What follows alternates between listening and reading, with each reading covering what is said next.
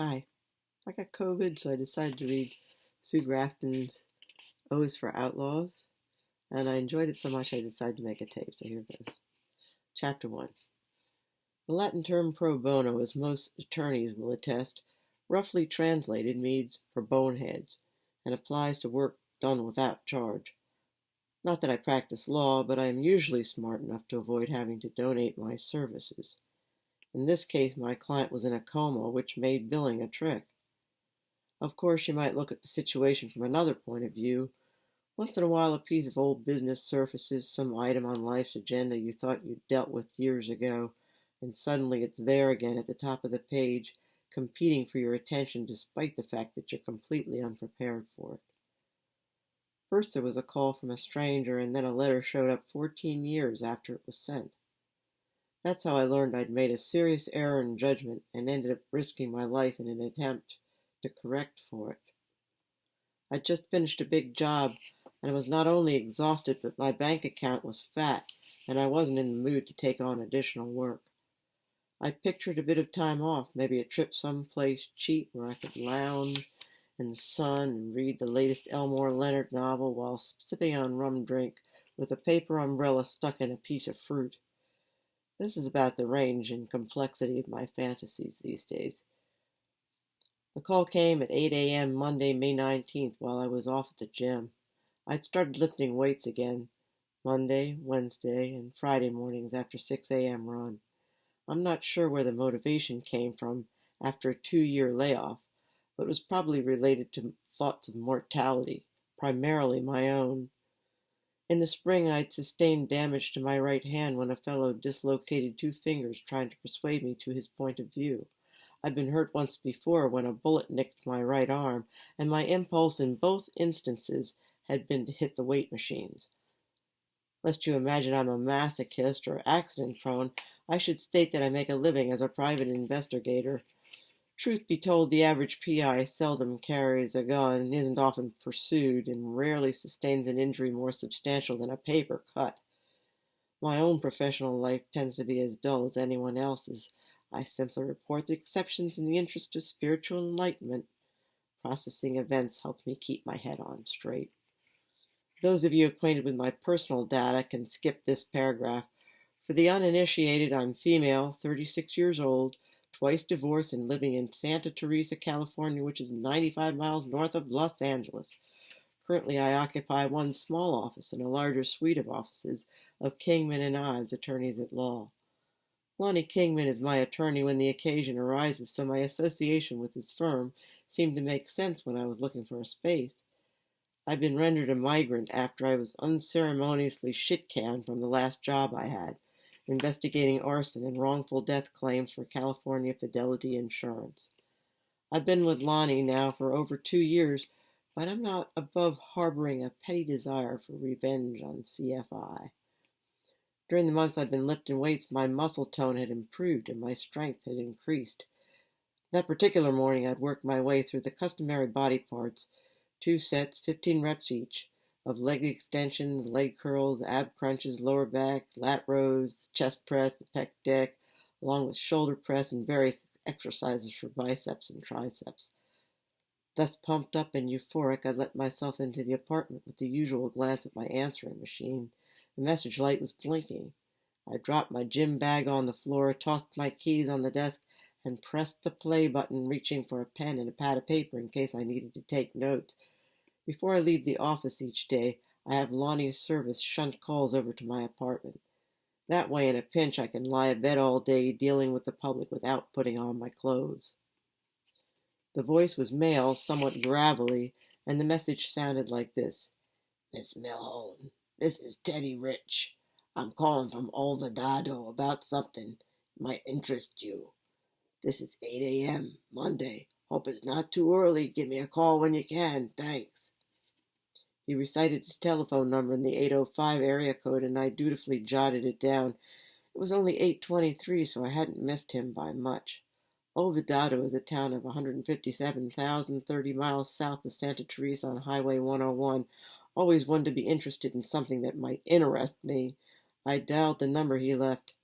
The ringing went on so long I thought his machine would kick in, but the line was finally picked up by Mr. Rich, whose distinctive voice I recognized. "Hi, Mr. Rich, this is Kinsey Milhone up in Santa Teresa. I'm returning your call." "Hey, Miss Milhone, nice to hear from you. How are you today?" "Fine, how are you?" "I'm fine. Thanks for asking, and thanks for being so prompt. I appreciate that." "Sure, no problem. What can I do for you?" "Well, I'm hoping this is something I can do for you," he said. "I'm a storage space scavenger. Are you familiar with the term?" "I'm afraid not." I pulled the chair out and sat down, realizing Ted Rich was going to take his sweet time about this. I'd already pegged him as a salesman or a huckster, someone thoroughly enamored of whatever minor charms he possessed. I didn't want what he was selling, but I decided I might as well hear him out. This business of short storage space scavenging was a new one on me, and I gave him points for novelty. He said, "I won't bore you with the details. Basically, I bid on the contents of self-storage lockers when the monthly payment's in arrears." "I didn't know they did that on delinquent accounts." "Sounds reasonable, I suppose." I took the towel from my gym bag and roughed it across my head. My hair was still damp from the workout, and I was getting chillier by the minute, longing to hit the shower before my muscles stiffened up. "Oh, sure. Storage unit's been abandoned by its owner for more than 60 days. The contents go up for an auction. How else can the company recoup its losses? Guys like me show up, blind bid on the contents, paying anywhere from $200 to $1,500, hoping for a hit." "As in what?" I reached down, untied my Sauconys, and slipped them off my feet. My gym socks smelled atrocious, and I'd only worn them a week. "Well, most times you get junk, but once in a while you get lucky and come across something good. Tools, furniture, stuff you can't convert to hard cash. I mean, you can convert it to hard cash. I'm sure you're probably curious as what this has to do with you." It crossed my mind, I said, mildly anticipating his pitch. "For mere pennies a day, you too can acquire abandoned bric-a-brac with which to clutter up your premises." "Yeah, right. Anyways, this past Saturday I bid on a couple storage bins. Neither of them netted much, but in the process I picked up a bunch of cardboard boxes. I was sorting through the contents and came across your name on some personal documents. I'm wondering what it's worth to you to get 'em back." "What kind of documents?" "Let me see here. Hold on. Frankly, I didn't expect to hear so soon. All right, I've had 'em on the desk in front of me." I could hear him rattling papers in the background. "Okay, now, we got a pink bead baby bracelet, and there's quite a collection of school-type memorabilia, drawings, class pictures, report cards from Woodrow Wilson Elementary. This ringing any bells with you?" "My name's on these papers?" "Kinsey Milhone, right? Milhone with 2 L's. Here's a history report entitled San Juan Capistrano Mission, with a model of the mission made of egg cartons. Mrs. Rosen's class, 4th grade. She gave you a D+.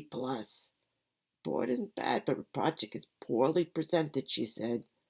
"I had a teacher like her once. What a bitch," he said idly. "Oh, and here's something else. Diploma says you graduated Santa Teresa High School on June 10th, 1967. How am I doing so far?" "Not bad." "Well, there you go," he said. "Not that it matters, but how'd you track me down?" "Piece of cake. All I did was call directory assistants. The name Milhone's unusual, so I figure it's like the old saying goes, apples don't fall far from the tree, and so forth. I proceeded on the assumption you were somewheres close. You could have got married and changed your name. Of course, I took a flyer on that score anyways. The point is, how'd you feel about getting these things back?" "I don't understand how the stuff ended up in Olivadado. I've never rented storage space down there." I could hear him begin to hedge. "I never said Olvidado. Did I say that? I go to these auctions all over the state. Look it, I don't mean to sound crass, but if you're willing to pony up a few bucks, we can maybe make arrangements for you to get this box back." I hesitated, annoyed by the clumsiness of his maneuvering. I remember my struggle in Mrs. Rosen's class, how crushed I'd been with the grade after I'd worked so hard. The fact was I had so little in the way of personal keepsakes that any addition would be treasured. I didn't want to pay much, but neither was I willing to relinquish the items sight unseen. I said, The papers can't be worth much since I wasn't aware they were missing. Already I didn't like him, and I hadn't even met him yet. Hey, I'm not here to argue. I don't intend to hose you up or nothing like that. You want to talk value, we talk value. Up to you, he said. Why don't I think about it and call you back? Well, that's just it. If we could find time to get together, you could take a look at these items and then come to a decision. How else am I going to know if it's worth anything to you? It'd mean a drive down here, but I'm assuming you got wheels.